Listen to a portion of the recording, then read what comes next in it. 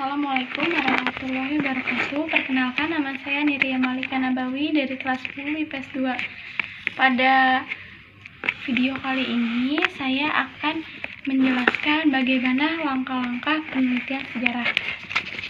Awal-awalnya itu penelitian atau riset adalah suatu proses atau investigasi yang dilakukan secara aktif, tekun, dan juga sistematis.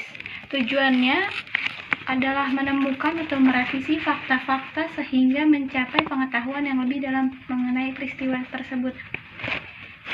Setelah itu, metode sejarah yaitu proses menguji ataupun menganalisis secara kritis sumber sejarah yang pada peninggalan masa lalu dalam menghasilkan gambaran yang benar tentang peristiwa tersebut tanpa adanya suatu kerancuan.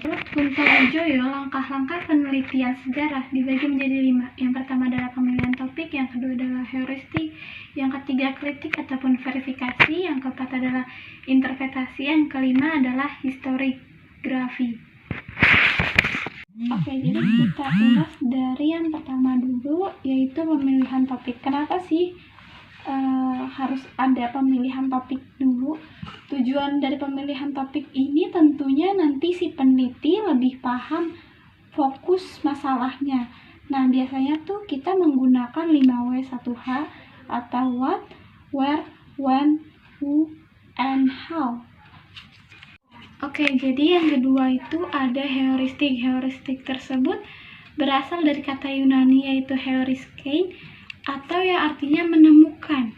Jadi yang dimaksud langkah-langkah heuristik adalah tahapan-tahapan mencari, menemukan, serta mengumpulkan sumber dari berbagai relevan dengan topik penelitian guna untuk mengetahui segala bentuk peristiwa ataupun kejadian sejarah di masa lampau. Jadi selanjutnya itu nanti si heuristik itu dibagi menjadi sifat-sifatnya. Jadi dibagi jadi 2, yaitu yang pertama adalah sumber sejarah primer, yang kedua adalah sumber sekunder. Sumber primer itu apa sih? Sumber primer adalah sumber asli atau yang dibuat saat peristiwa tersebut. Yang kedua ada sumber sekunder.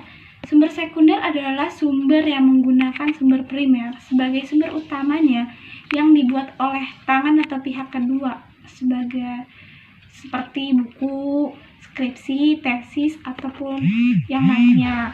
Nah, sumber sekunder itu juga tentunya ditulis menggunakan izin, nggak semata-mata ditulis gitu aja. Yang ketiga adalah verifikasi atau kritik. Verifikasi tersebut adalah penilaian terhadap sumber-sumber sejarah. Verifikasi dalam sejarah memiliki arti pemeriksaan atau pengujian kebenaran laporan tentang suatu peristiwa sejarah tersebut. Penilaian terhadap sumber-sumber sejarah menyangkut dari 2 aspek, yaitu aspek ekstern dan aspek intern. Jadi aspek ekstern itu membahas mengenai apakah sumber sejarah itu asli ataupun palsu, sehingga sejarawan harus mampu menguji keaslian dari dokumen tersebut. Yang kedua itu yang aspek intern itu mempersoalkan apakah isi yang terdapat dalam sumber isi memberikan informasi yang diperlukan, misalnya berupa proses analisis terhadap suatu dokumen. Jadi langkah-langkah penelitian sejarah intrinsik itu dibagi menjadi beberapa bagian. Yang pertama itu menentukan sifat sumber itu apakah resmi, formal, ataupun informal. Yang kedua, langkah-langkah penelitian intrinsik yang kedua itu adalah menyoroti penulis sumber tersebut sebab dia yang memberikan informasi yang dibutuhkan. Ketiga adalah membandingkan kesaksian dari berbagai sumber. Jadi sejarawan itu tidak akan mengambil satu sumber saja.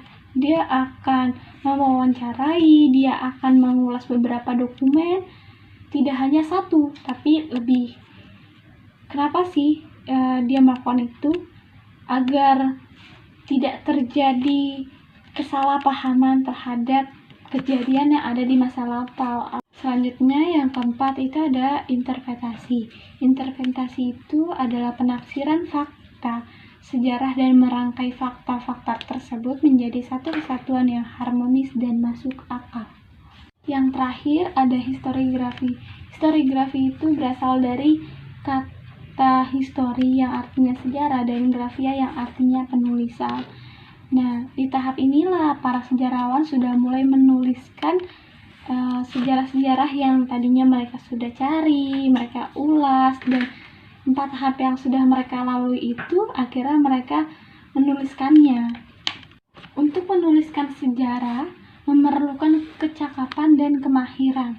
Historiografi yang baik biasanya menyajikan latar belakang, kronologi, peristiwa, analisis sebab akibat, dan uraian dalam mengenai hasil penelitian dan dampak serta kesimpulan dari sejarah tersebut.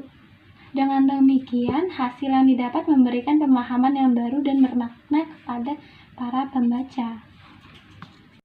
Jadi, historiografi itu juga dibagi lagi menjadi 2. Yang pertama itu ada historiografi naratif. Historiografi naratif itu apa sih? Historiografi naratif adalah penulisan sejarah yang berisi tentang rekaman peristiwa atau tindakan pelaku secara pribadi yang berlangsung dalam waktu tertentu. Yang kedua itu ada histori strukturalis, yaitu penulisan sejarah yang berisi tentang perubahan yang terjadi di masyarakat. Historiografi yang ini sering juga disebut sebagai sejarah sosial. Bentuk historiografi antara lain dapat berupa narasi yang isinya lebih banyak bercerita tentang apa sih yang terjadi di masa lampau. Yang kedua itu ada deskriptif yang isinya lebih detail dan kompleks dibandingkan dengan narasi. Yang ketiga itu ada analitis yang isinya lebih banyak berorientasi pada penilaian masalah.